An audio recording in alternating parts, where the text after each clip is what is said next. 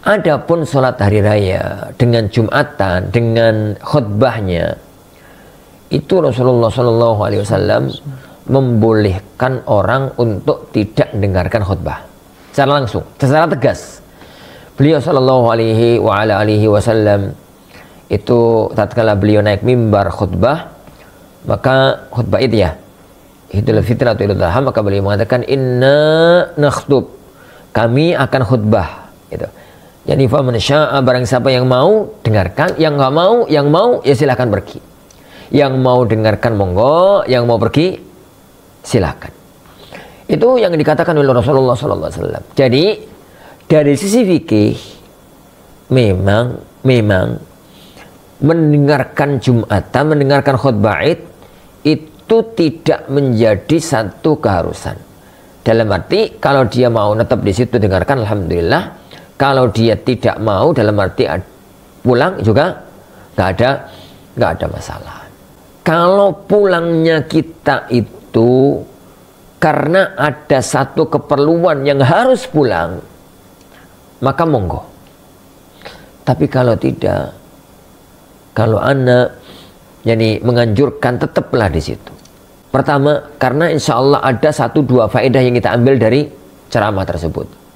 Yang kedua, untuk menghargai sesama orang. Ada orang ceramah, kemudian kita tinggal pulang. Ada orang kondisi semacam itu. Apalagi kalau pulangnya kita lalu disusul oleh banyak orang, itu akan jadi masalah. Makanya, yani tinjauan syariat itu tidak hanya ditinjau dari sisi fikih, tapi juga ditinjau dari sisi hukum kemasyarakatan, yakni hukum, yakni saling menghargai, hukum ini, hukum itu, dan itu yang perlu dipahami. Contoh ya, aurat laki-laki yang wajib ditutup itu dari pusar, udel itu kalau orang Jawa katakan pusar, sampai lutut. Pokoknya kalau pusarnya ketutup sampai lutut ketutup, maka berarti dia telah nutup aurat. Yang lainnya terbuka, dia sudah nggak ada dosa. Toh auratnya sudah ketutup. Lalu seandainya ada orang pakai celana, nutup pusar sampai lutut. Lalu dia keluar rumah, jadi ke masjid, lalu sholat gitu. Secara fikih, nggak ada yang haram yang dia lakukan. Nggak ada perbuatan haram yang dilakukan, dia nutup aurat. Cara fikih, sholatnya sah, kan nutup aurat gitu. Tapi kira-kira ya akhi, apa yang akan dikomentari oleh orang tentang Anda?